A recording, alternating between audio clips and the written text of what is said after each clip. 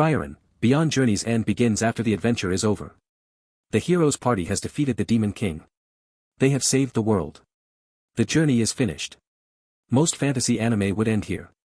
Frieren starts here, and then it skips forward 50 years, and then another 20, and then another 30, watching the elf mage Frieren slowly realize that she has been alive so long that she has not actually learned how to notice the people around her while they are still there. This is not a fantasy anime. It is a meditation on grief, time, and what it costs to be someone for whom decades pass like afternoons. Frieren has lived for over 1,000 years. She was part of the party that defeated the Demon King, alongside the hero Himmel, the priest Heider, and the dwarf warrior Eisen. After their victory, they parted ways. Frieren did not stay in touch. She continued her quiet, solitary work of collecting magic spells across the continent. 50 years later she returns to find Himmel an old man, and days after their reunion, he dies. She does not understand why she is crying. She did not think she was that attached. The show begins with Frieren asking herself a question she does not know how to answer: why does it hurt this much if I did not pay close enough attention while he was alive? Frieren does something formally unusual. It constantly moves between the present journey and flashbacks to moments with Himmel that Frieren did not consider significant at the time. A day spent looking at clouds. A meal in a village. Himmel stopping to pose in front of a statue for no reason. These are not major dramatic events. They are the texture of a life spent together. But now, in the flashbacks, they have weight, because we know Himmel is dead, and Frieren knows she should have held on to these moments more carefully. The show is teaching you retroactively how to value something. It shows you the small moments after they have become irreplaceable. That is exactly how grief works. You realize the cost of inattention only after you no longer have the option to pay attention. People describe Frieren as emotional, and it is, but it is not mournful. The tone is quiet and slightly ironic. Frieren herself is deadpan. She is not someone who performs emotion.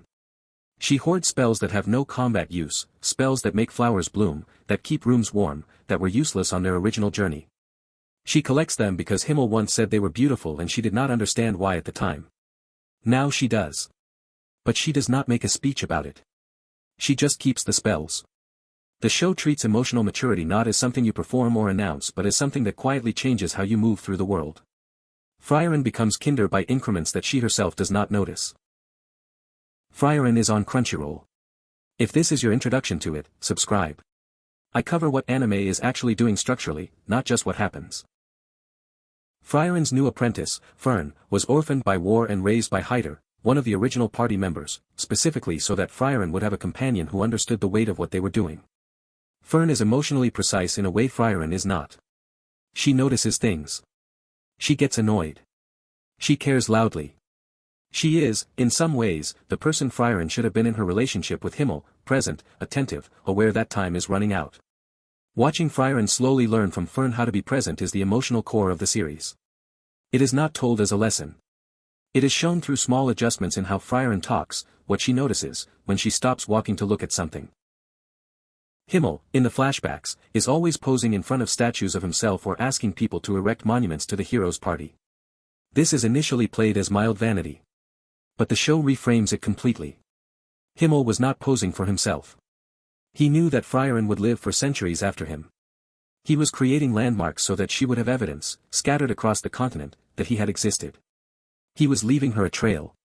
He could not make her pay attention while he was alive, but he could make sure she would find him after.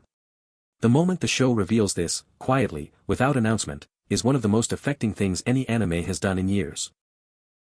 Frieren, Beyond Journey's End won Anime of the Year at Crunchyroll's Anime Awards in 2024, the first year the voting was restructured. It beat shows with bigger action sequences, louder emotional beats, more obvious spectacle. It won because it is doing something more difficult. It is asking you to sit with the passage of time, with the weight of relationships that ended before you understood what they were, with the slow and unglamorous work of becoming someone who notices the people around them. That is harder to make interesting than a fight scene. Frieren makes it the most interesting thing on screen.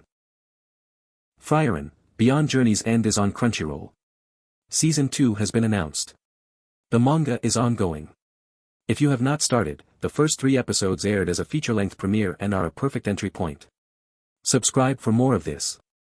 I covered Violet Evergarden recently, a completely different show that is doing something related, building emotion out of things that are not said.